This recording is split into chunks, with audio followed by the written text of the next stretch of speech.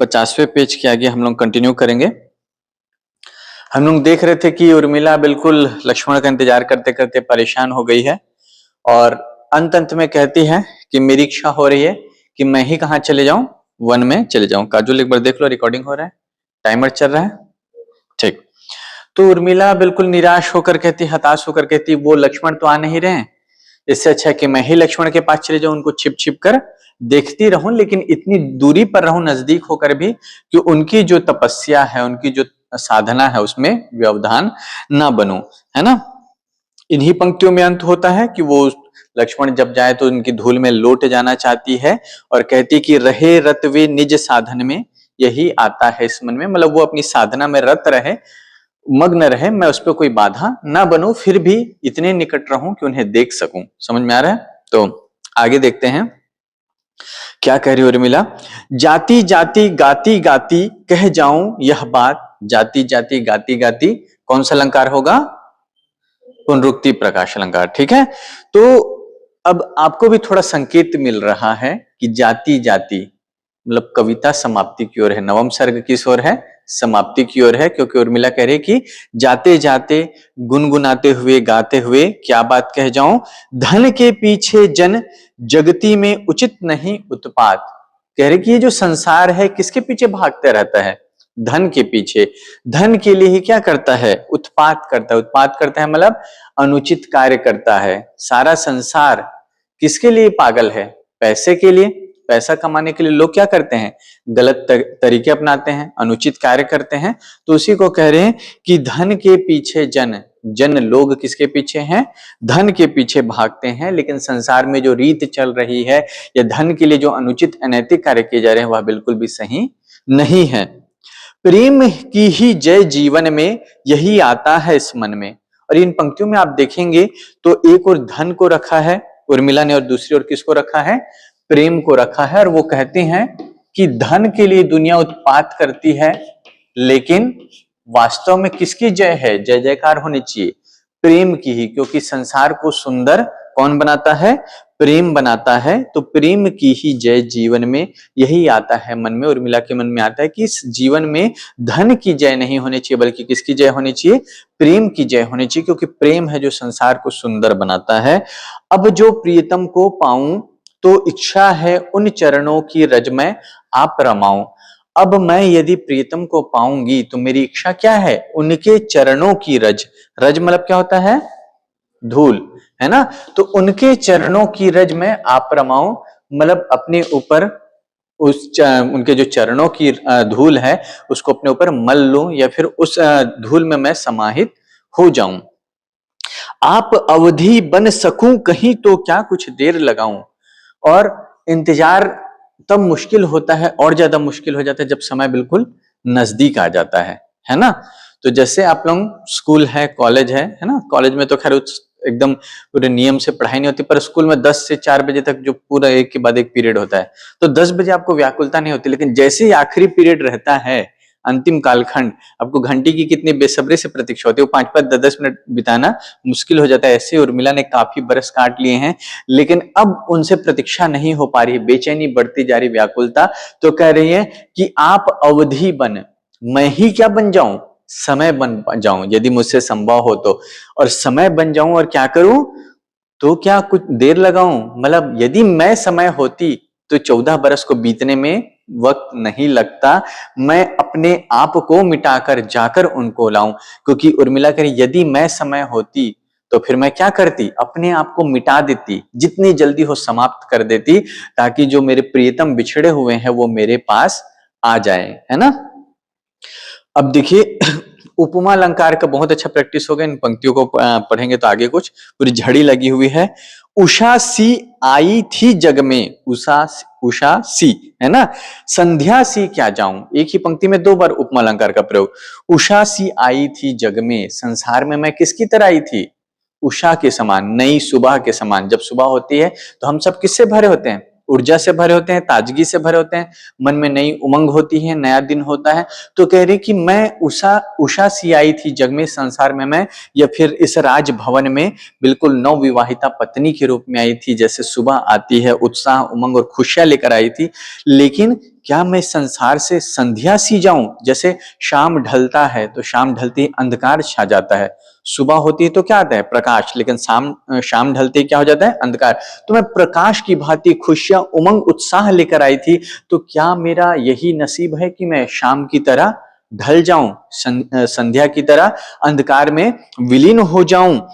श्रांत पवन से वे आवे, मैं सुरभि समान समाऊं। और कह रही है, देखिए फिर से पवन से में, है ना। श्रांत मतलब क्या होता है? श्रांत मतलब पता है? नहीं पता होता तो बोल दिया करो ना तुरंत। श्रांत मतलब पता है कि नहीं? श्रांत मतलब होता है थकान, थका हुआ, है ना। तो श्रांत पवन से वे आए, किसके समान वे आए?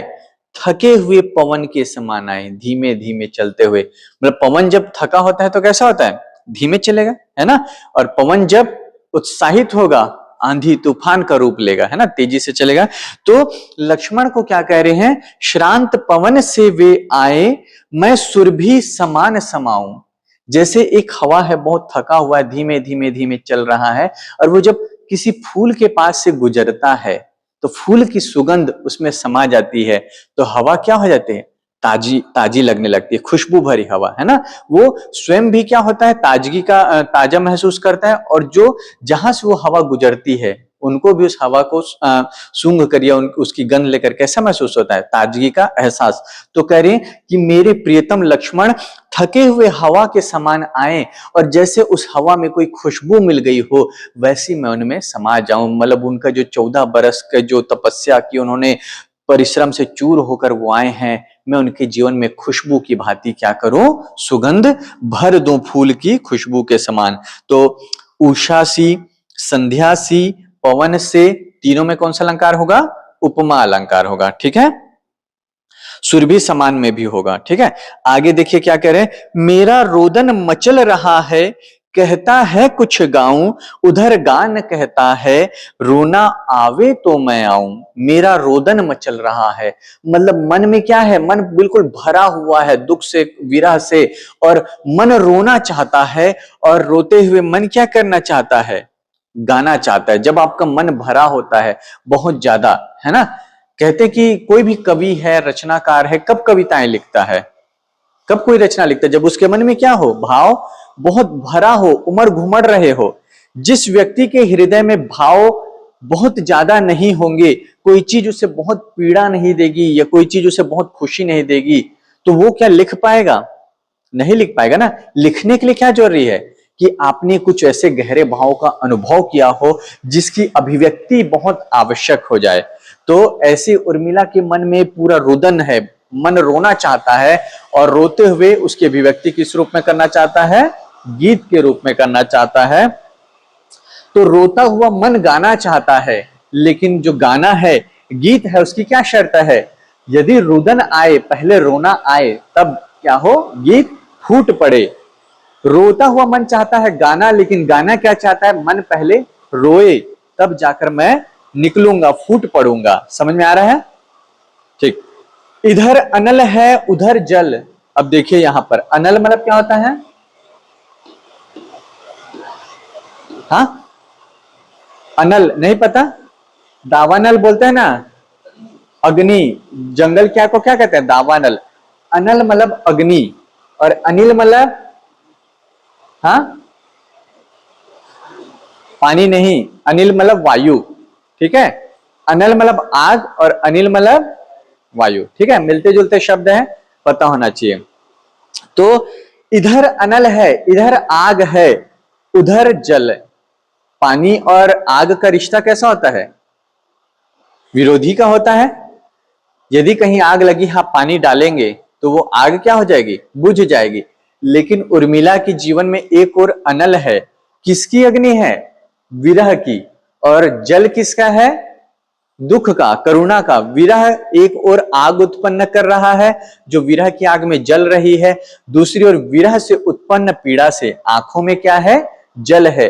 तो इधर अनल है, उधर जल, हाय किधर मैं जाऊं। मतलब दोनों ही ओर विरह की ओर भागती है तो विरह की अग्नि में तपती है, दुख से रोना चाहती है तो आंसुओं में डूब जाती है, तो मैं किधर जाऊं। मतलब उर्मिला कह रही कि दोनों ही तरफ क्या है, मुश्किल परिस्थितियां है। प्रबल वाष्प फट जाए न यह घट, कह तो हाहा खाऊं। कह रहे हैं कि आग और पानी से मिलकर जो वाष्प बना है, जब पानी को आप आग के ऊपर रखते हैं तो पानी क्या बन जाता है, वाष्प बन जाता है ना। तो वही कह रहे हैं कि विरह की अग्नि और आंखों के आंसू मिलकर जो वाष्प बने हैं, ऐसा लगता है कि मेरा हृदय फट न जाए। जैसे वाष्प को ढक देंगे किसी बर्तन में, मिट्टी के घड़े में, और बिल्कुल ढक्कन बंद रहेगा तो मटका क्या हो जाएगा, फूट जाएगा वाष्प के दबाव से, क्योंकि वाष्प क्या होगा, बाहर निकलना चाहेगा। तो इनको लग रहा है कि आंखों के आंसू रूपी पानी से और विरह के अग्नि रूपी जल से, विरह के अग्नि से जो वाष्प उत्पन्न हुआ वो मेरे हृदय रूपी घड़े को ऐसा लगता है कि फाड़ देगा, मेरा हृदय फट पड़ेगा। मतलब व्यथा बहुत ज्यादा क्या है, अधिक हो गई है। यहां पर आप देखिए कि घट शब्द का दो अर्थ निकल रहे, एक तो घड़ा निकल रहा है और दूसरा अर्थ क्या निकल रहा है, हृदय। तो घट शब्द में कौन सा अलंकार होगा, श्लेष। एक ही शब्द में जब एक ही बार में एक से अधिक अर्थ निकले तो श्लेष। तो यहां कह रहे हैं कि वाष्प से घड़ा ना फट पड़े, लेकिन दूसरा अर्थ देखते हैं कि आंसू और विरह की अग्नि से उत्पन्न जो वाष्प है, मतलब जो पीड़ा है, उससे मेरा हृदय ना फट पड़े। कह तो हाहा खाऊं, हाहा खाऊं मतलब कहो तो मैं याचना करूं, मतलब कि मेरा हृदय फट ना पड़े, ये विरह कम हो जाए, ऐसी मैं याचना करूं, प्रार्थना करूं। अब देखिए, उठ अवार ना पार जाकर भी गई, उर्मी हूं मैं इस भवार्णव की नहीं। अब यहां एक और नया शब्द आया है, अर्णव मतलब जानते हैं, अर्णव मतलब होता है समुद्र या सागर, है ना। और भवार्णव मतलब क्या होगा, हाँ, भावों का समुद्र।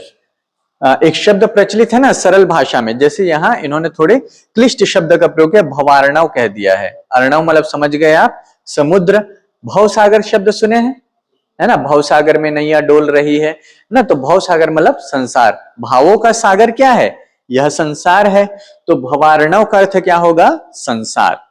शाब्दिक अर्थ निकालेंगे तो होगा भावों का सागर, लेकिन उसका जो प्रचलित अर्थ है भवार्णव, भव सागर, जिसका अर्थ क्या होता है, संसार। तो कह रहे हैं कि उर्मी हूं इस भवार्णव की नई। उर्मी मतलब क्या होता है, लहर, कि मैं इस संसार की नई लहर हूं, और उठ अवार ना पार जाकर भी गई। मैं उठकर भी, जैसे लहरें उठती है ना, समुद्र में तरंगे उठती है, और कहां जाने के लिए उठती है, किनारे की ओर। लहरें कहां से चलती है, समुद्र से किनारे की ओर चलती है। लेकिन वह कह रही मैं एक नई लहर हूं, और जो उठी लेकिन किनारे तक नहीं पहुंच पाई, मझधार में ही, बीच धार में ही, बीच समुद्र में ही क्या है, रुक गई। अटक जीवन के विशेष विचार में, भटकती फिरती स्वयं मझधार में, सहज कर्षण कूल कुंज कछार में, है ना। अब देखते हैं कि वो कह रही कि मैं नई लहर हूं, और ऐसी लहर हूं जो उठती तो है लहर के रूप में, लेकिन किनारे तक नहीं पहुंच पाती हूं। अटक जीवन के विशेष विचार में, इस जीवन के विशेष विचार में मैं क्या है, अटकी हुई हूं।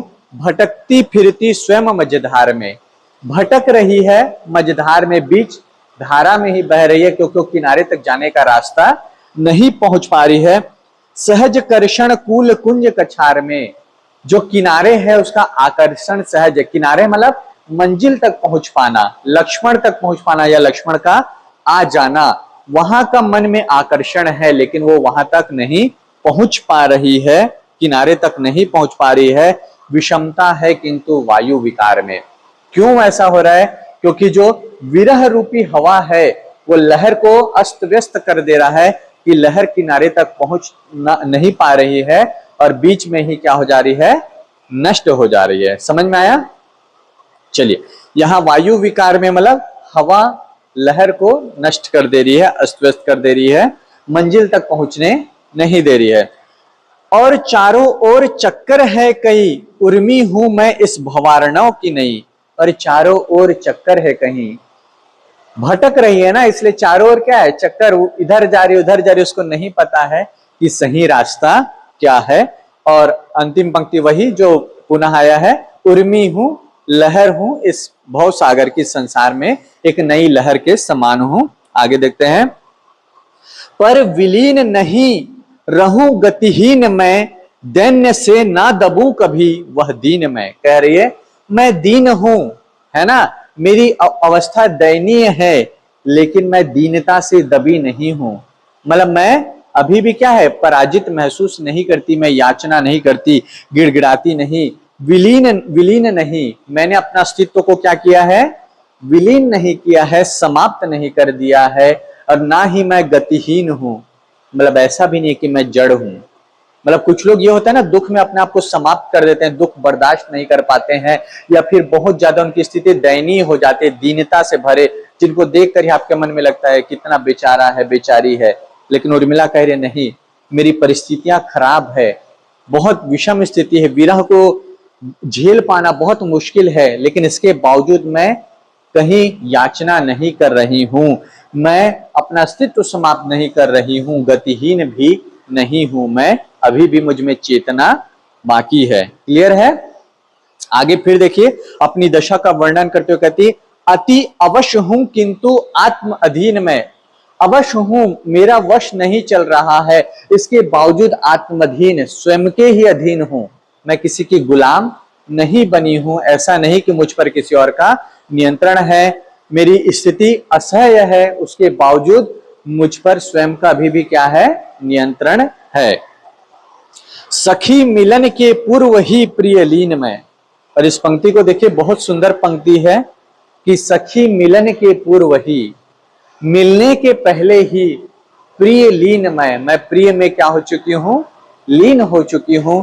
जो सच्चा प्रेम होता है उसके लिए जरूरी नहीं है कि शारीरिक समीपता हो। लक्ष्मण दूर है, लेकिन उर्मिला क्या कह रही है कि मिलन के पूर्व ही, मिलने के पहले ही मैं प्रिय में क्या हो चुकी हूं, लीन हो चुकी हूं, अपने अस्तित्व को लक्ष्मण के अस्तित्व में मिला चुकी हूं। समझ में आया। चलिए आगे देखते हैं, कर सका सो कर चुका अपना दई, उर्मी हूं मैं इस भव आर्णव की नहीं। जो वक्त को करना था, मुझे जितना परेशान करना था, जितना तोड़ना था, जितना दुख देना था, वो सब वक्त कर चुका है इस 14 बरस में, और मैं इस भव सागर, इस संसार में एक नई लहर हूं। इसके बावजूद मैं वक्त के हाथों टूटी या पराजित नहीं हुई हूं, अभी भी मैं लक्ष्मण की क्या कर रही हूं, प्रतीक्षा कर रही हूं। समझ में आया।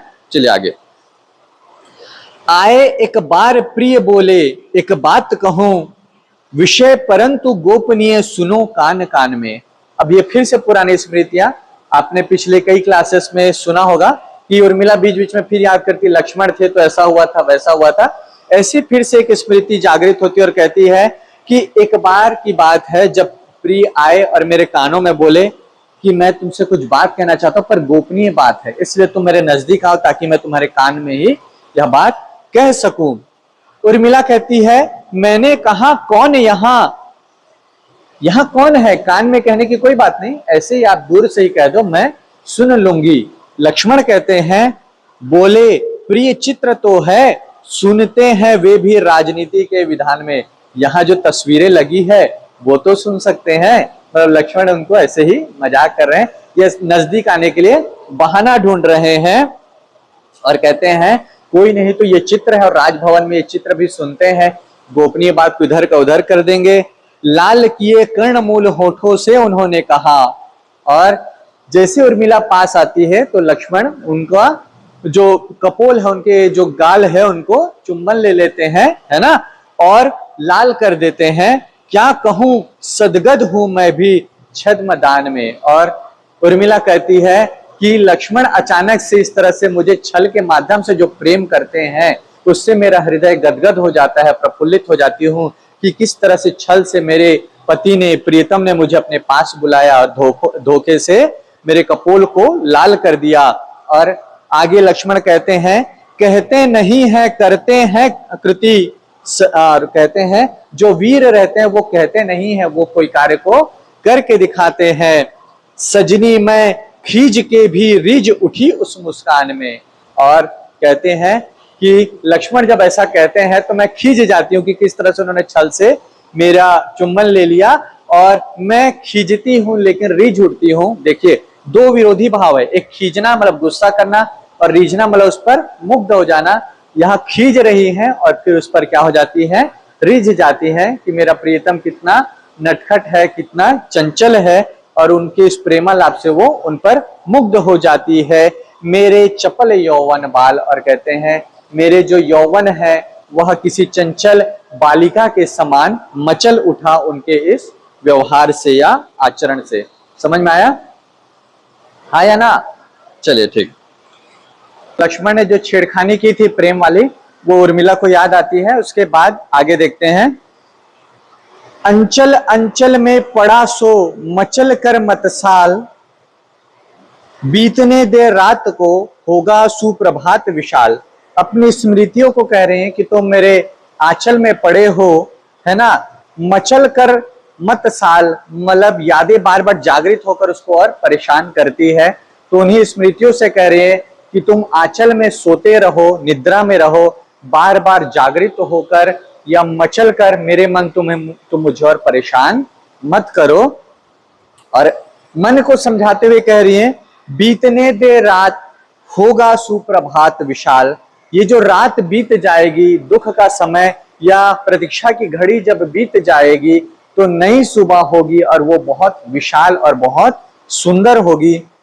खेलना फिर खेल मन के पहन मड़ी माल, और कह रहे हैं कि जब ये प्रतीक्षा की घड़ी बीत जाएगी फिर तुम मन के खेल खेलना प्रियतम के साथ, पहन के मड़ी माल, मड़ी और माला मतलब सुंदर सुसज्जित होकर सुंदर वेश धारण कर अपने प्रिय के साथ पुनः वो प्रेम की जो क्रीड़ाएं हैं वो तुम करना।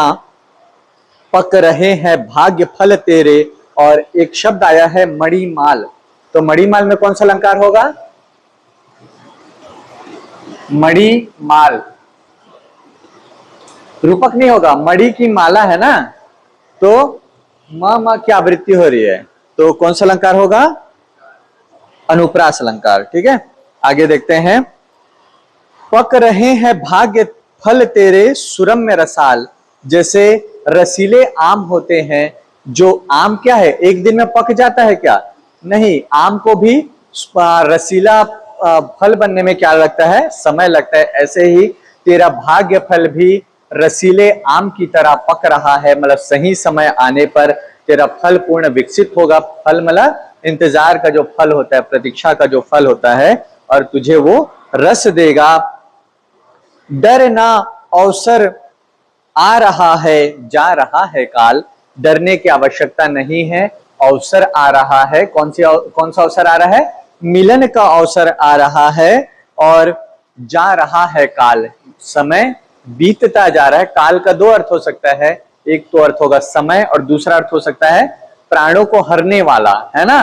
तो दोनों ही बीत रहे हैं, क्योंकि ये जो विरह का समय है न केवल समय है बल्कि उसके लिए काल भी बन गया है, मृत्यु के समान है।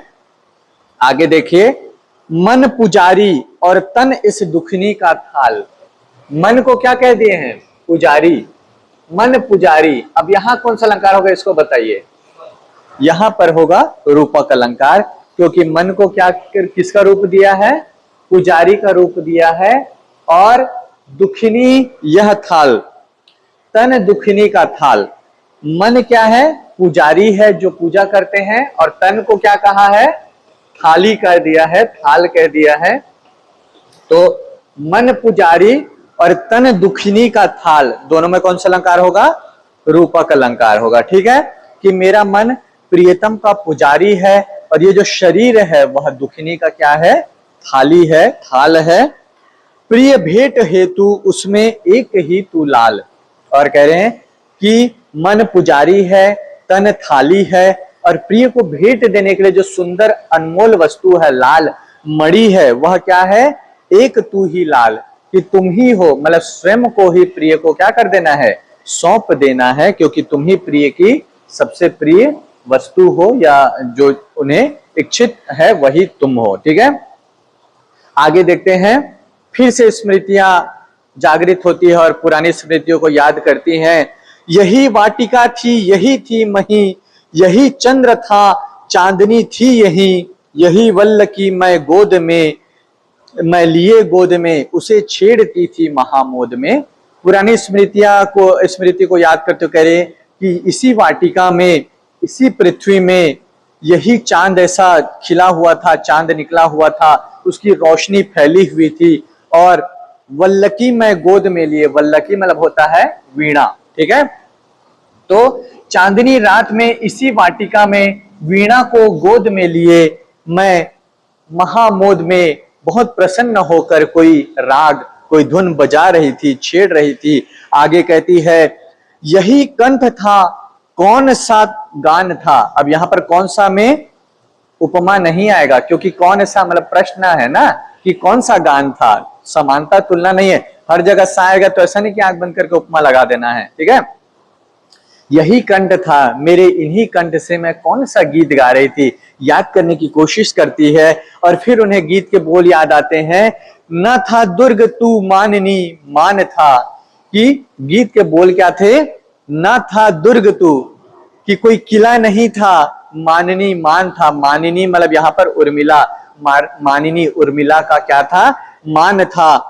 यही टेक मैं तन्मयी छोर से, लगी छेड़ने कांत की ओर से। कह रही है कि मैं लक्ष्मण के भावों को गीत का रूप देकर गा रही थी, उनकी ओर से गा रही थी कि ना तू दुर्ग था, कि कोई किला नहीं था, बल्कि लक्ष्मण को क्या जीतना था, मानिनी का मान, उर्मिला का मान, मतलब उसको मनाना था। जो सुंदर स्त्रियां होती है उनको मनाना बहुत क्या होता है, मुश्किल होता है ना, वो रूठ जाती हैं। तो वो लक्ष्मण के भावों को लक्ष्य करके गा रही है कि कोई दुर्ग नहीं था, बल्कि मानिनी का मान था, जिसको मुझे विजय हासिल करनी थी, उस किले को मुझे फतह करना था।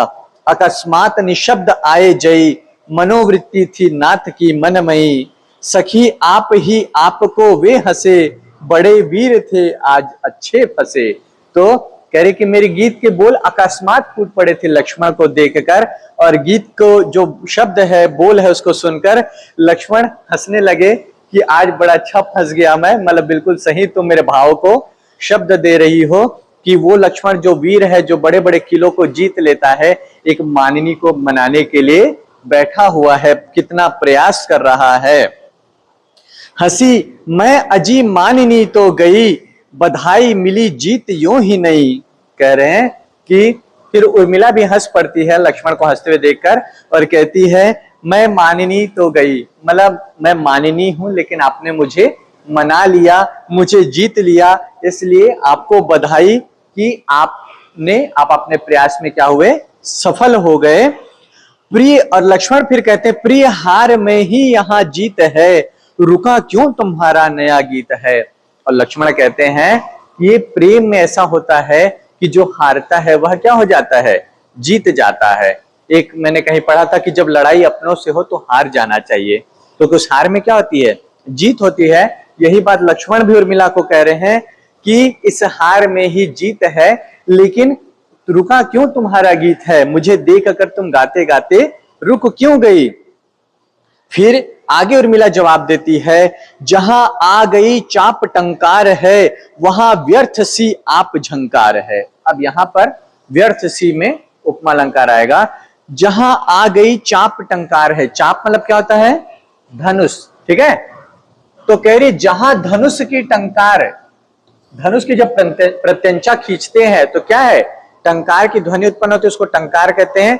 तो कह रहे हैं कि जहां चाप की टंकार है, जहां प्रत्यंचा गूंजती हो, प्रत्यंचा के स्वर गूंजते हो, वहां गीत गाने का कोई मतलब है क्या।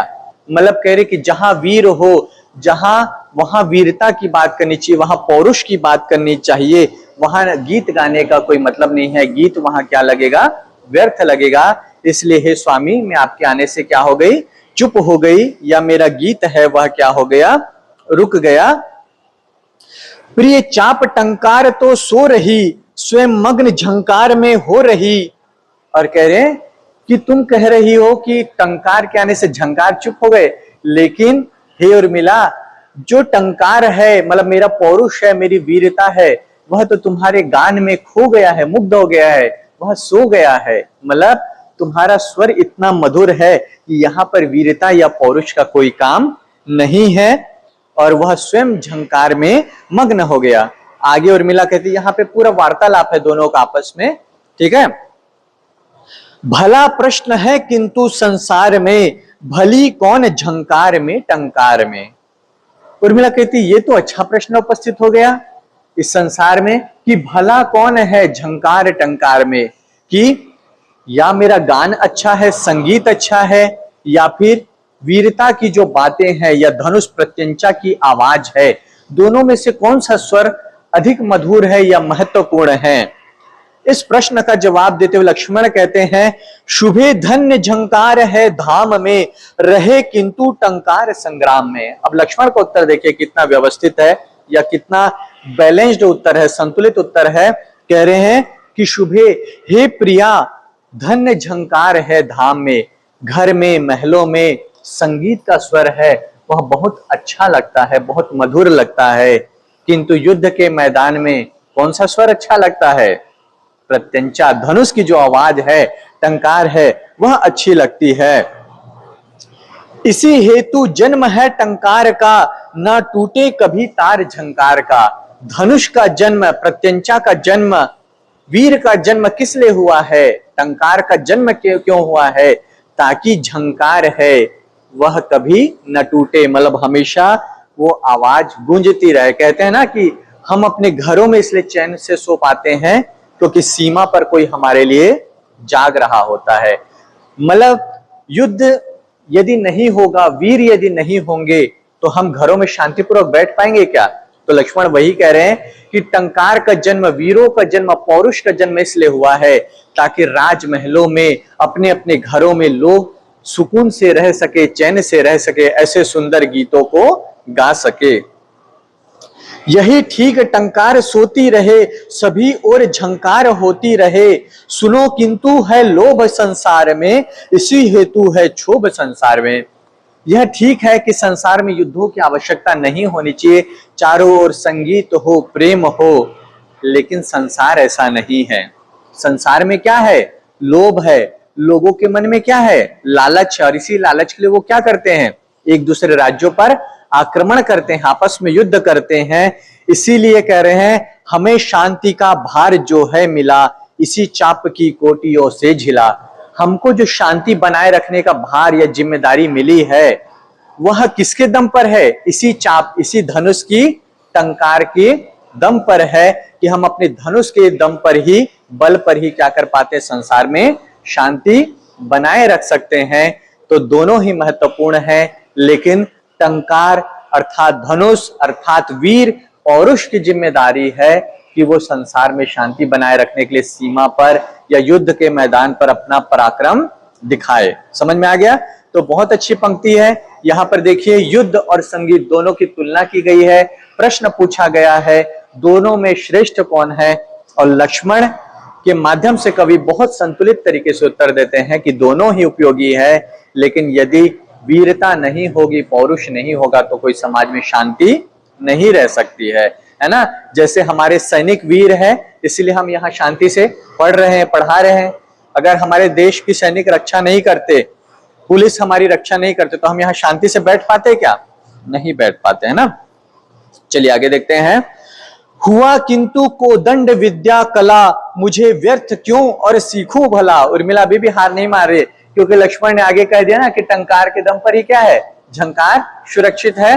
तो उर्मिला कह रही है हुआ, होगा धनुष महत्वपूर्ण, किंतु कोदंड विद्या कला, मुझे व्यर्थ क्यों और सीखूं भला। मेरे लिए धनुष, धनुर्विद्या व्यर्थ है, मैं क्यों सीखूं इसे। भले ही आपके लिए महत्वपूर्ण होगा, संसार के लिए महत्वपूर्ण होगा, लेकिन मुझे इसे सीखने की आवश्यकता नहीं है, मेरे लिए यह क्या है, व्यर्थ है।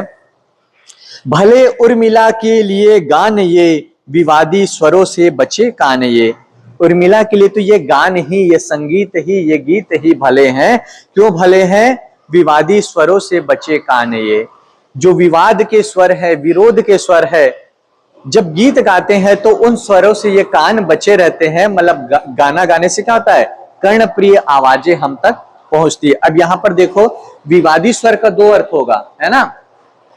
एक विवादी का अर्थ क्या होगा, विवाद अर्थात युद्ध में जो कर्कश ध्वनियां सुनाई देती है, युद्ध के मैदान पर कोई गीत गाता है क्या? सब एक दूसरे को अपशब्द कहते हैं, क्रुद्ध होकर गलत गलत भाषा का प्रयोग करते हैं। तो कह रहे हैं कि मेरे लिए गान भला है, क्योंकि ये विवादी स्वर अर्थात युद्ध के जो अपशब्द है या कर्कश शब्द है उससे ये बचे रहते हैं। और दूसरा, गान के अर्थ में, संगीत के अर्थ में, संगीत में जो विवादी स्वर है मतलब परस्पर विरोधी स्वर है, एक साथ नहीं आते, उसमें संयोगी स्वर आते हैं जो मिलकर एक मधुर ध्वनि उत्पन्न करते हैं। तो विवादी स्वर में भी श्लेष अलंकार होगा। एक तो विवादी स्वर का अर्थ होगा युद्ध के कर्कश शब्द, और दूसरा संगीत के परस्पर विरोधी शब्द। क्लियर है? ठीक, आगे देखते हैं। तो संगीत इसलिए अच्छा है क्योंकि विवादी स्वरों से कान को बचाए रखता है। करूं शिष्यता क्यों तुम्हारी अहो, बनूं तांत्रिकी शिक्षिका जो कहो। और लक्ष्मण को कह रहे हैं मुझे धनुर्विद्या व्यर्थ लगती है, मेरे लिए कोई मतलब नहीं है, मैं तुम्हारी शिष्या क्यों बनूं, मैं क्यों धनुर्विद्या तुमसे सीखूं। हाँ, तुम्हारे लिए एक मेरे पास प्रस्ताव है, मेरा एक ऑफर है। क्या ऑफर है? तुम कहो तो मैं तुम्हारी संगीत की शिक्षिका बन सकती हूँ, है ना। मतलब लक्ष्मण से कह रही है मुझे तुमसे कुछ सीखने की आवश्यकता नहीं है, तुम कहो तो मैं तुम्हें संगीत सिखा सकती हूँ। पत्नी है ना, अपने आप को पति से कम कैसे मानेगी, है ना।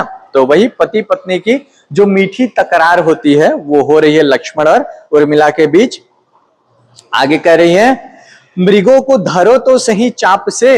लक्ष्मण को चुनौती दे रही है कि तुम किसी हिरणी को पकड़ सकते हो क्या धनुष से?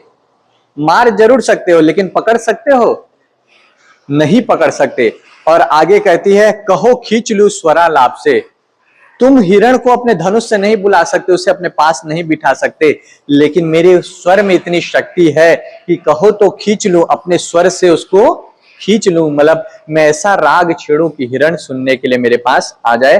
और जो हिरण है उनका संगीत प्रेम है, बहुत सारे रचनाकारों ने, साहित्यकारों ने अपनी रचनाओं में प्रकट किया है।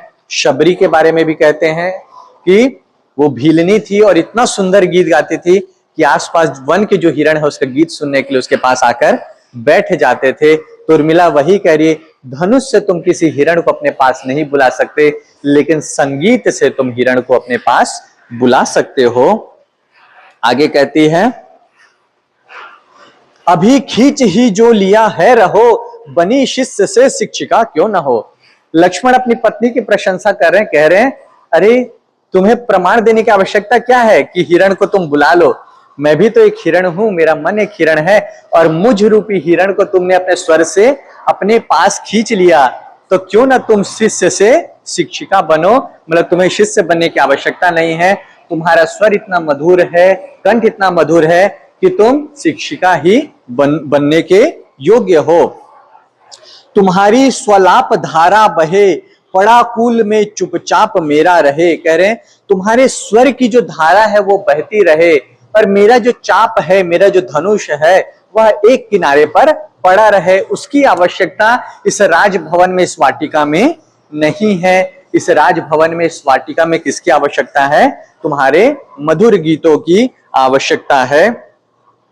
इसी भांति आलाप संलाप में, ना ऐसे महाशाप में ताप में, हमारा काल था बीतता, ना संतोष का कोश था रीतता। और उर्मिला इन सब स्मृतियों को याद करते हुए कह रहे हैं कि इसी प्रकार आलाप संलाप में, संगीत की ऐसी चर्चा में हमारा समय बीतता था सखी। हम दोनों एक दूसरे के साथ इतना अच्छा समय बिताते थे, ना कि अभी जिस तरह से मैं समय बिता रही हूँ, किस तरह से महाशाप में ताप में, ऐसा लग रहा है किसी ने मुझे शापित कर दिया है, और विरह की ताप में मेरा जीवन आज जैसा बीत रहा है, लक्ष्मण के साथ मेरा जीवन ऐसे नहीं बीतता था, बल्कि बहुत प्रेममय समय हम साथ में बिताया करते थे। हमारा काल था बीतता, और वो समय ऐसा था, न संतोष का कोश था रीतता। मन में जो संतुष्टि होती थी लक्ष्मण से इस तरह की बातें करके, वो कभी ऐसा लगता था कि वो संतोष, वो सुख का समय कभी खाली नहीं होता, कभी कम नहीं होता। इतना अच्छा समय लक्ष्मण के साथ था। फिर आगे कहती अरे हाय क्या से यहाँ क्या हुआ, उड़ा ही दिया मंथरा ने सुआ। लेकिन हाय क्या से क्या हो गया, इतना अच्छा समय लक्ष्मण के साथ बीत रहा था, लेकिन अचानक से समय बदल गया। क्यों? उड़ा ही दिया मंथरा ने सुआ। क्योंकि मंथरा ने क्या कर दिया? सुआ को उड़ा दिया, तोता को उड़ा दिया। यहाँ सुआ का क्या मतलब होगा? हाँ, तोता तो होगा, लेकिन दूसरा अर्थ क्या होगा? मंथरा की वजह से कौन चले गए? लक्ष्मण। या फिर कुछ लोग राम भी अर्थ लेते हैं कि सब कुछ अच्छा सुखमय समय बीत रहा था, लेकिन मंथरा अचानक से जीवन में ग्रहण बनकर आई और जैसे उसने पिंजरा खोलकर मेरे प्रिय तोते को उड़ा दिया। उर्मिला का प्रिय तोता कौन होगा? लक्ष्मण होगा। या राम के अर्थ में देखे तो राम जो पूरे अयोध्या के प्रिय थे, मंथरा ने उसे दूर कर दिया, जिसके कारण लक्ष्मण को भी दूर जाना पड़ा। ही पिंजरा शून्य मां को मिला, गया सिद्ध मेरा रही मैं शिला। और ही पिंजरा, ही मतलब होता है हृदय, हिया पिंजरा, पिंजरा मतलब तो जानते हैं आप लोग, है ना? तो यहां हृदय को क्या कहा है कवि ने? पिंजरा। तो हृदय को पिंजरा का रूप दिया है, तो कौन सा अलंकार होगा? रूपक। और मां को मिला, किसकी मां को मिला? किसका मां का हृदय का पिंजरा खाली हो गया? हाँ, लक्ष्मण की मां का या श्री राम की मां का? अगर मंथरा के अर्थ में देखे, पहले राम को लेकर समझते हैं कि मंथरा ने सुआ को उड़ा दिया, अर्थात मंथरा की दुर्बुद्धि की वजह से, गलत सलाह की वजह से राम रूपी तोते को अयोध्या छोड़कर जाना पड़ा, श्री राम को अयोध्या छोड़कर जाना पड़ा। इससे उनकी मां का हृदय रूपी पिंजरा, कौशल्या माता का पिंजरा, हृदय रूपी पिंजरा क्या हो गया? सूना हो गया, खाली हो गया, क्योंकि उस हृदय में कौन बसते थे? राम रहते थे। लेकिन मंथरा की वजह से वह सुआ उड़ गया, श्री राम चले गए, माता कौशल्या का पिंजरा खाली हो गया हृदय का, उनको शून्य मिला। और राम के जाने के साथ साथ ही गया सिद्ध मेरा, उर्मिला की जीवन की जो सिद्धि है, प्राप्ति है, कौन है? लक्ष्मण। तो कह रहे राम के साथ ही मेरे जीवन की जो सिद्धि है लक्ष्मण, वो भी चले गए और रही मैं शिला, उनके जाने से मैं एक पत्थर के समान निर्जीव हो गई, जड़वत हो गई। क्योंकि लक्ष्मण थे तो मेरे साथ मेरे मन की भावनाएं थी, मेरी खुशी थी, प्रसन्नता थी, लेकिन उनके जाने के बाद मैं बिल्कुल निर्जीव या जड़वत हो गई।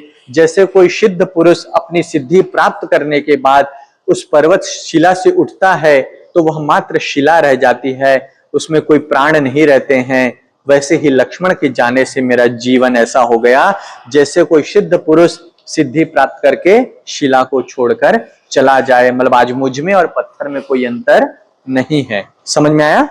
ठीक, एक बार वीडियो दोबारा देख लेना तो फिर आप लोगों को एकदम पक्का हो जाएगा, है ना? कुछ कुछ जगह ऐसा है जहां समझ में नहीं आ रहा है, तो दोबारा देखेंगे तो समझ में आ जाएगा। आगे फिर देखते हैं, स्वप्न था वह जो देखा, देखूंगी फिर क्या कभी। ऐसा लग रहा है कि जो लक्ष्मण के साथ सुखद स्मृतियां थी वह जीवन किसी स्वप्न के भांति लग रहा है। जब आपके जीवन से अच्छे समय चले जाता था ऐसा लगता है ना सच में हुआ था या सपना था। तो बोले क्या कभी वैसा समय दोबारा जीवन में आएगा? लक्ष्मण के साथ वह सुख का समय दोबारा बिताने का अवसर मिलेगा। इस प्रत्यक्ष से मेरा परित्राण कहां अभी, वह तो स्वप्न के समान बीत गया, लेकिन यह जो प्रत्यक्ष है, सामने है, वह क्या है? विरह का समय है। और इससे परित्राण, इससे छुटकारा, मुक्ति कभी मिल पाएगा क्या? अभी इससे कोई छुटकारा नहीं है। परित्राण मतलब क्या होता है? मुक्ति या छुटकारा, ठीक है? वो आप लोगों ने पढ़ा होगा ना, परित्राणाय च साधु नाम, ठीक है? तो परित्राण मतलब छुटकारा या मुक्ति।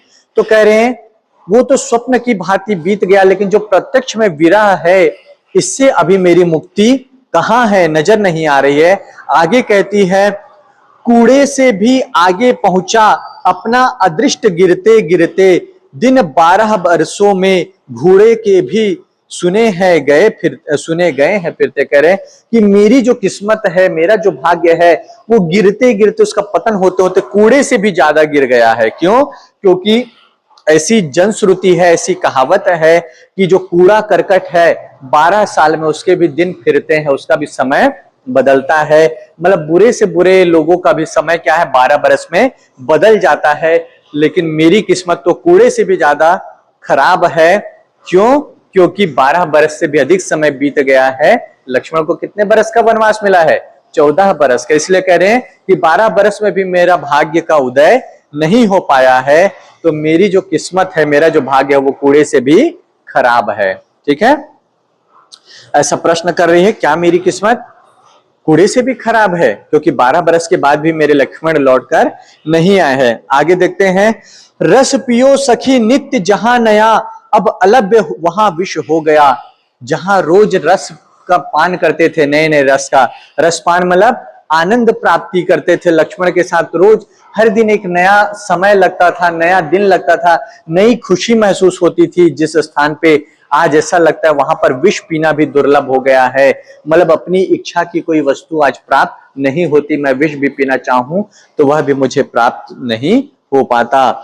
मरण जीवन की यह संगिनी, बन सकी वन की ना विहंगिनी। कहते हैं जिस लक्ष्मण के साथ मैंने जीने मरने की कस्में खाई थी, जीवन मरण का साथ देने का वादा किया था, वह उनके साथ वन में नहीं जा सकी, मतलब उनके वन की संगिनी, उनके बुरे वक्त की संगिनी नहीं बन सकी। सखी यहाँ सब और निहार तू, फिर विचार अतीत विहार तू। उदित से सब हास विलास है, रुदित से किंतु उदास है। कह रहे हे सखी, यहाँ तुम देखो ध्यान से, चारों ओर आनंद की प्राप्ति की तमाम सामग्रियां है जो लक्ष्मण के साथ रहने पर मुझे खुशियां देती थी, किंतु आज यही आनंद भोग विलास की सामग्रियां, उदित से हास विलास से जो उदित लगते हैं हास विलास की सामग्रियां, लेकिन ध्यान से देखने पर क्या है, उदित से की जगह वो है रुदित से, किंतु सब उदास है। ऐसा लगता है कि वो सब रो पड़ेंगे, सब उदास है। मतलब प्रिय के होने पर जो वस्तुएं सुख भोग के प्राप्ति का साधन थे, आज प्रिय के ना होने पर वही मेरे रुदन का कारण है, और ऐसा लगता है कि मेरे साथ साथ वो भी क्या है, उदास है। आगे देखते हैं, मतलब जैसा मन होता है वैसे संसार नजर आता है ना। तो लक्ष्मण के जाने पर उसको पूरा जो राजमहल है, जो वस्तु प्रसन्नता देती थी, वो भी रोने का कारण उनको नजर आते हैं। स्वजनी पागल भी यदि हो सकूं, अब उन्माद की दशा आ गई है ना। एक मूवी है जिसमें नवाजुद्दीन सिद्दीकी का डायलॉग है, शायद इश्किया या डेढ़ इश्किया, कि इश्क की सात दशा होती है ना।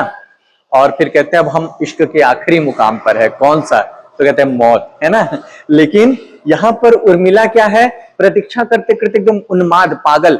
आप नागमती वियोग को ध्यान रखेंगे तो नागमती भी अंत में ऐसी हो जाती है कि राजभवन छोड़कर जंगल में जाकर उसको ढूंढना शुरू करती है, जो राजा रत्नसेन है, और चिड़ियों पक्षियों से बात करने लगती है। यहां भी उर्मिला के भाव देखिए कुछ कुछ वैसे हैं कि कहती कि राजभवन छोड़कर मैं कहां जा बसूं, वन में जा बसूं। अब देखिए ये उनके जो उन्माद है या पागलपन की अवस्था पे आ गई है। कहती है स्वजनी पागल भी यदि हो सकूं, यदि मैं पागल हो सकूं, कुशल तो अपनापन खो सकूं तो भी कुशल है। क्यों? क्योंकि अपनापन, अपने होने का बोध में खो सकूं, क्योंकि पागल रहूंगी तो मुझे कोई किसी चीज की तकलीफ महसूस नहीं होगी। शपथ है उपचार न कीजियो, यदि मैं पागल हो जाऊं तो उसमें मेरी कुशलता है, मेरी भलाई है, क्योंकि ये स्मृतियां मुझे इतनी दंश नहीं देगी। और तुम्हें मेरी शपथ है, यदि मैं पागल हो जाऊं लक्ष्मण की प्रतीक्षा करते करते, तो मेरा उपचार मत करना, अवधि की ही सुध तुम लीजो। अगर तुमको किसी की सुध लेनी है तो समय की सुध लेना कि लक्ष्मण के आने में कितना समय शेष रह गया है। मतलब जब तक लक्ष्मण ना आए, यदि मैं पागल भी हो जाऊं तो मेरा उपचार मत करना, बल्कि केवल समय का ध्यान रखना कि लक्ष्मण के आने में कितना वक्त बचा हुआ है। आगे देखते हैं, बस इसी प्रिय कानन कुंज में, मिलन भाषण के स्मृति पुंज में, अभय छोड़ मुझे तुम दीजियो, हसन रोदन से ना पसीजियो। कह रहे हैं मेरे पागल होने की दशा में ये जो प्रिय का कानन कुंज है, ये जो वाटिका है जो प्रिय को बहुत प्रिय है, यहां तुम मुझे छोड़ देना। और कैसे छोड़ देना? अभय होकर, बिना किसी भय के छोड़ देना, क्योंकि यहाँ प्रिय की स्मृतियां बसती है।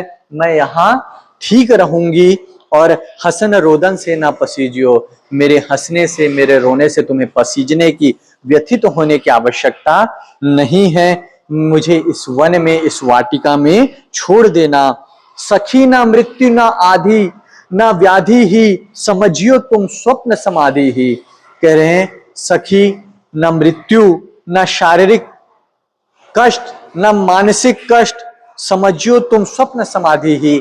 मेरी इस दशा को तुम मृत्यु मत समझना, मानसिक कष्ट मत समझना, शारीरिक कष्ट मत समझना, बल्कि समझना कि मुझे स्वप्न में ही समाधि प्राप्त हो गई है, मतलब प्रिय की इच्छित वस्तु प्राप्त हो गई है।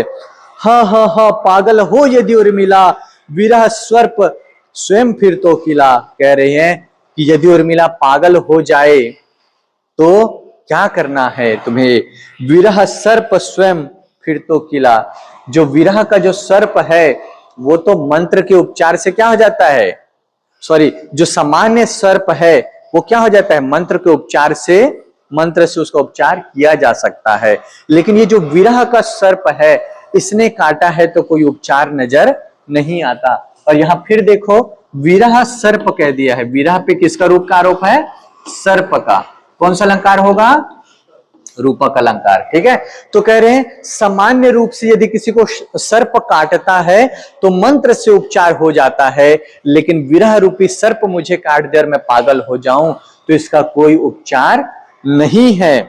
आगे कहते हैं प्रिय यहां वन से जब आएंगे सब विकार स्वयं मिट जाएंगे। कह रहे हैं तुम्हें मेरे उपचार करने की आवश्यकता नहीं। क्यों, क्योंकि प्रिय जब वन से आएंगे, जब लक्ष्मण वनवास समाप्त करके आएंगे, सब विकार स्वयं मिट जाएंगे। सारी जो बीमारियां है, शारीरिक व्याधि, मानसिक व्याधि, सारी प्रकार की व्याधियां सब दूर हो जाएंगी, सब रोग दूर हो जाएंगे, ना सपने सपने रह पाएंगे। और जब लक्ष्मण आ जाएंगे तो मैं उनके आने का जो स्वप्न देखती हूं वह स्वप्न रहेंगे क्या, वह क्या हो जाएंगे, हकीकत हो जाएंगे, यथार्थ हो जाएंगे। प्रकटता अपनी दिखलाएंगे, जब वो स्वयं मेरे सामने प्रत्यक्ष हो जाएंगे तो प्रकट होकर मेरे सामने नजर आएंगे। अब भी समक्ष वह नाथ खड़े, बढ़ किंतु रिक्त यहाँ हाथ पड़े। मुझे तो ऐसा लगता है मानो अभी भी मेरे सामने कौन खड़े हैं, मेरे प्राणनाथ, मेरे प्रिय लक्ष्मण खड़े हैं। बढ़ किंतु रिक्त यहाँ हाथ, लेकिन मेरे आगे बढ़े हुए जो हाथ हैं वो रिक्त है, अभी उनमें लक्ष्मण समाये नहीं है। ना वियोग है ना यह योग सखी, मतलब लक्ष्मण मुझसे दूर रहते हुए भी मेरे साथ रहते हैं, तो मुझे यह न वियोग लगता है ना संयोग लगता है। यह कौन भाग्य मैं भोग सकी, समझ में नहीं आता कि यह भाग्य का कैसा भोग है, कैसी प्राप्ति है कि लक्ष्मण मुझसे दूर हैं फिर भी मुझे दूर नहीं लगते हैं। मैं बाहें फैलाती हूं तो वो मुझे बाहों में भर नहीं पाते, मेरे हाथ रिक्त है, वो साथ ना रहते हुए भी साथ है। तो ना वियोग है ना योग है, भाग्य में यह किस्मत का कैसा भोग है, प्रसाद है जो मुझे मिला है, जो मेरे सामने रहते हुए जिसका मैं भोग नहीं कर पा रही हूं। आगे देखिए, विचारती हूं सखी मैं कभी कभी, अरण्य से आए हैं अरण्य से है प्रिय लौट आते। कभी कभी सखी मैं सोचती हूं कि वन से प्रिय लौट आए हैं, छिपे छिपे आकर देखते सभी, कभी स्वयं भी कुछ दिख जाते। मन अब कल्पना करने लगा है क्योंकि लक्ष्मण के आने की अवधि क्या है, निकट आ गई है। तो कहती कभी कभी मैं सोचती हूँ कि लक्ष्मण आ गए हैं और छिप छिप कर मुझे देख रहे हैं, और इस देखने दिखाने में कभी कभी वो मुझे भी नजर आते हैं। आते यहाँ नाथ निहारने हमें, उद्धारने या सखी तारने हमें, या जानने को किस भांति जी रहे, तो जान ले वे अश्रु हम पी रहे। अब सहेली से कहती है कि जो नाथ है, लक्ष्मण है, वो मुझे देखने आते हैं या मुझे उदारने आते हैं, उभारने आते हैं, उबारने आते हैं, है ना, या मुझे मेरे कष्टों से मुक्त करने आते हैं, या यह जानने आते हैं कि मैं उनके बिना कैसे जी रही हूं। और यदि लक्ष्मण यह देखने ही आते हैं, मुझे निहारने या उबारने नहीं आते हैं, सिर्फ मेरी दशा देखने आते हैं कि मैं किस तरह से उनके बिना जी रही हूं, तो मैं उनको बता दूं कि हम अश्रु पी रहे हैं, मतलब हम दुख में जी रहे हैं, निरंतर उनके वियोग में, विरह में जी रहे हैं, आंसू पी पी कर जी रहे हैं। सखी विचार उठता यही, अवधि पूर्ण हुई प्रिय आ गए, तदपि मैं मिलते सकुचा रही, वह वही पर आज नए नए। और सखी कभी कभी मन में यह विचार उठता है कि अवधि पूर्ण हो गई है और मेरे प्रिय लक्ष्मण मेरे सामने आ गए हैं, लेकिन मैं मिलने में क्या कर रही हूं, संकोच कर रही हूं, क्योंकि वह वही लक्ष्मण है पर मुझे नए नए से लगते हैं, बदले बदले से कुछ लगते हैं, इसलिए मुझे उनसे मिलने में क्या हो रहा है, संकोच हो रहा है। निरखती सखी आज मैं जहां, दैत दीप्ति ही दिखती वहां, हा उर्मिला भ्रांत है रहे, यह असत्य है तो सत्य भी बहे, ज्वलित प्राण भी प्राण पा गए, सुबह गगा गए कंत आ गए। तो कह रहे हैं हे सहेली मैं जहां भी देखती हूं दैत दीप्ति ही दिखती है वहां, मुझे प्रिय की ही दीप्ति ज्योति चमक नजर आती है। जब आप प्रेम में होते हैं तो हर जगह आपको अपना प्रेमी नजर आता है ना। जो लैला मजनू का एक डायलॉग है, मैं कई क्लास में बोलता हूं, मुझे बहुत पसंद है कि जो मजनू है वो लैला का इंतजार करते करते इतना पागल हो जाता है, इतना पागल हो जाता है कि उसको हर जगह लैला नजर आने लगती है ना। और लैला उसके लिए लैला नहीं रहती, लाइला हो जाती है। लाइला मतलब अल्लाह हो जाती है। तो जब लैला सब सचमुच उसके सामने आती है तो मजनू वो लैला कहती मैं लैला हूं, मजनू मैं लैला हूं, मैं आ गई। तो कहता है धड़कन में सांसों में यहां वहां हर जगह बस एक ही नाम ला इलाहा। हर जगह कौन है? ला इलाहा। अल्लाह कहां नहीं है? तो तुम क्यों कह रही हो कि तुम मेरे सामने हो? अल्लाह तो हर जगह है। मतलब उसको अपनी प्रेमिका में कौन नजर आ रहा है? अल्लाह, है ना। जैसे एक कहावत है, सावन के अंधे को हरा ही हरा दिखाई देता है ना। वैसे ही जो प्रेम में होता है, कबीर का एक बहुत प्रसिद्ध दोहा है, बहुत मुझे पसंद है कि लाली मेरे लाल की जित देखूं तित लाल, लाली देखन मैं चली मैं भी हो गई लाल। मतलब अपने प्रेमी की या ईश्वर की प्रकाश देखते देखते, उनको ढूंढते ढूंढते मैं भी हो गई लाल। मैं उनके रंग में क्या है? रंग गई हूं। और लाली देखन मैं चली मैं भी हो गई लाल। उनको देखने, उनको ढूंढते ढूंढते ही मेरे भीतर कौन आ गए? ईश्वर आ गए। मतलब मुझ पर उनमें कोई भेद नहीं है। यही स्थिति उर्मिला की है। लक्ष्मण को हर जगह ढूंढते ढूंढते अब उनको हर जगह कौन नजर आने लगे हैं? लक्ष्मण नजर आने लगे हैं। और कहते हैं हा हा हा सहेली, तुमको लगेगा कि उर्मिला भ्रांत हो गई है, पागल हो गई है, उसकी बुद्धि फिर गई है। पर यदि यह असत्य है कि सच में लक्ष्मण नहीं आए, फिर भी मुझे दिख रहा है, तो यह असत्य सत्य भी बहे। मतलब मुझे सत्य की परवाह नहीं है, मेरे लिए यही असत्य प्रिय है कि लक्ष्मण आ गए हैं। तुम कहोगी कि सत्य यह है कि लक्ष्मण नहीं आए हैं, मुझे ऐसे सत्य से कोई मतलब नहीं है। मेरा सत्य क्या है? मुझे हर जगह लक्ष्मण दिखाई दे रहे हैं और इसलिए मेरे लक्ष्मण लौट आए हैं। ज्वलित प्राण भी प्राण पा गए। जो उनके प्रेम में ज्वलित प्राण, प्रेम में जो प्राण जल रहे हैं या उनके प्रेम से जो प्राण आभामय हो रहे हैं, वो प्राण भी प्राण पा गए। अब देखिए यहां पर प्राण शब्द 2 बार आए हैं। प्राण भी प्राण पा गए। प्राण मतलब उर्मिला का प्राण, जीवन। प्राण पा गए मतलब किसको पा गए? लक्ष्मण को पा गए। तो प्राण शब्द 2 बार आ रहे हैं और 2 अर्थ निकलेंगे। तो जब एक शब्द एक से अधिक बार आए और हर बार उसका अर्थ अलग निकले, यमक अलंकार, है ना। एक प्राण का अर्थ क्या होगा? जीवन, उर्मिला की जान। और दूसरा प्राण क्या होगा? लक्ष्मण। उर्मिला का प्राण कौन है? लक्ष्मण। प्राण भी प्राण पा गए, है ना। तो एक वो है ना गाना, जान ले लो ना जान रे, ऐसा कुछ है ना, चलाओ ना नैनो से बाण रे, जान लो ना जान रे, ऐसा कुछ। तो एक जान का मतलब क्या है? प्राण। और जान रे मतलब अपनी प्रेमिका को प्यार से जान कह रहे, तो वही है इसका अर्थ। सुभग आ गए कंत आ गए और सौभाग्य आ गया। क्यों आ गया? क्योंकि कंत आ गए, पति घर लौट आए, मेरा पिया घर आया फिर राम जी, है ना। तो उर्मिला कह रही यदि यह झूठ भी है तो मुझे सत्य की परवाह नहीं है, क्योंकि मेरे प्राण लक्ष्मण में बसते हैं, वही मेरे प्राणनाथ है। इसलिए पति को एक शब्द कहते हैं ना, प्राणनाथ। वो प्राणों के क्या है? स्वामी है। और सुभग गा गए, सौभाग्य गा रहा है कि कंत आ गए, पति या प्रियतम आ गए। तो यहां तक हो गया। अब बाकी को हम लोग अगली क्लास में करेंगे, ठीक है। चलिए ठीक।